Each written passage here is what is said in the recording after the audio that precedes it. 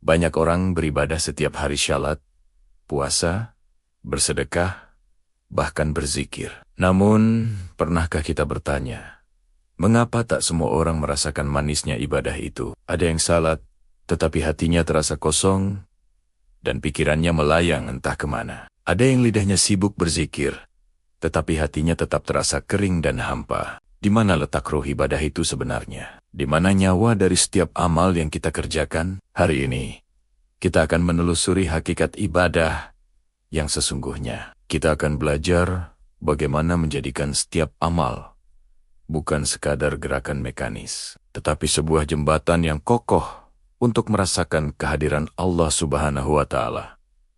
Setiap ibadah memiliki dua sisi yang tak terpisahkan, sisi lahir dan sisi batin. Sisi lahir adalah apa yang terlihat oleh mata, gerakan, bacaan, dan aturan-aturan yang telah ditetapkan. Inilah yang kita kenal sebagai syariat. Namun, ada sisi lain yang lebih dalam, yaitu sisi batin. Sisi batin inilah yang menjadi ruh atau nyawa dari ibadah itu sendiri. Ia adalah niat yang tulus, keikhlasan yang murni, dan rasa hadir yang mendalam di hadapan Allah.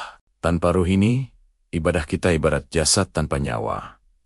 Ia bergerak, ia mengikuti aturan, tetapi ia tidak hidup. Ia tidak memiliki kekuatan untuk menyentuh hati dan mengubah diri. Rasulullah pernah mengingatkan kita dalam sebuah hadis yang sangat indah. Sesungguhnya Allah tidak melihat rupa dan hartamu, tetapi melihat hati dan amalmu. Ini adalah pengingat bahwa hakikat ibadah bukanlah tentang seberapa indah gerakan kita atau seberapa fasih bacaan kita, melainkan seberapa dalam hati kita benar-benar hadir dan terhubung di dalamnya.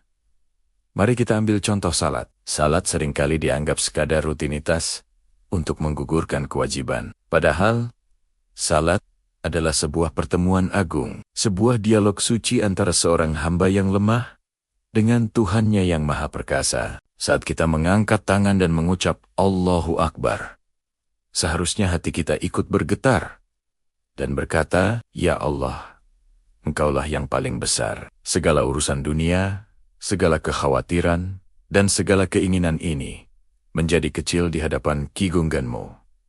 Saat lisan kita membaca surat Al-Fatihah, itu bukanlah sekadar bacaan biasa. Rasulullah mengajarkan bahwa Allah menjawab setiap ayat yang kita baca. Ketika seorang hamba berkata, Alhamdulillahirabbil alamin, Allah menjawab, hambaku telah memujiku.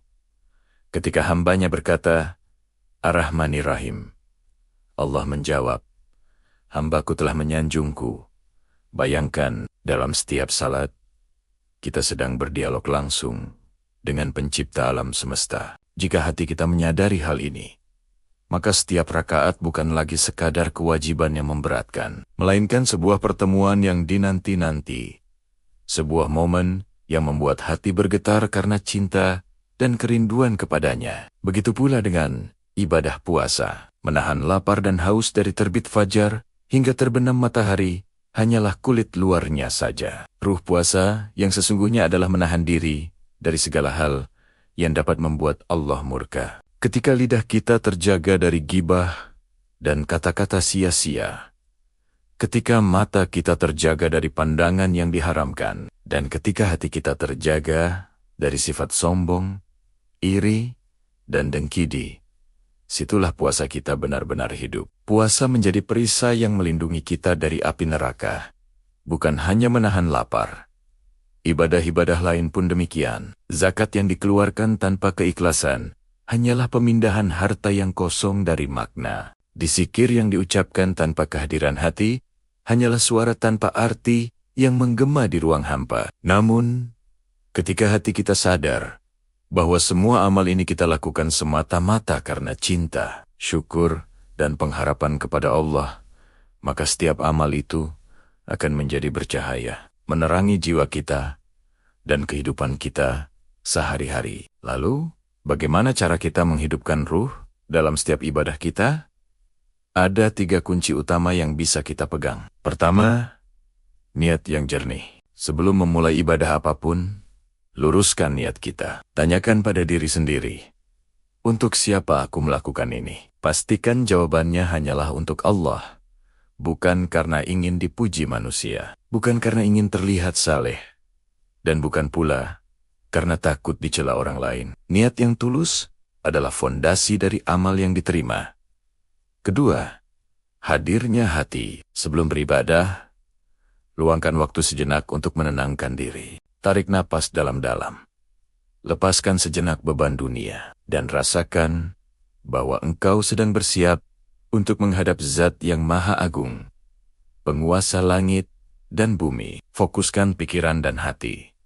Singkirkan segala gangguan. Ketiga, tumbuhkan rasa cinta dan rindu. Jangan memandang ibadah sebagai tugas atau beban yang berat. Anggaplah ia sebagai sebuah perjumpaan yang indah. Jangan datang kepada Allah dengan perasaan terpaksa, tetapi datanglah dengan hati yang penuh rindu, seperti seorang kekasih yang tak sabar untuk bertemu dengan yang dirindukannya. Jika tiga kunci ini kita pegang erat dan kita hidupkan dalam diri, maka setiap ibadah akan terasa manis dan menenangkan. Tanda bahwa ibadah kita telah bernyawa, bukan hanya terasa saat kita sedang khusyuk di atas sajadah, atau saat sedang berpuasa. Tanda terbesarnya adalah ketika ibadah itu meninggalkan bekas dan perubahan positif dalam kehidupan kita setelahnya. Orang yang salatnya benar-benar hidup akan tercermin dalam akhlaknya. Ia akan menjadi lebih sabar dalam menghadapi ujian, lebih lembut dalam bertutur kata, dan lebih mudah memaafkan kesalahan orang lain.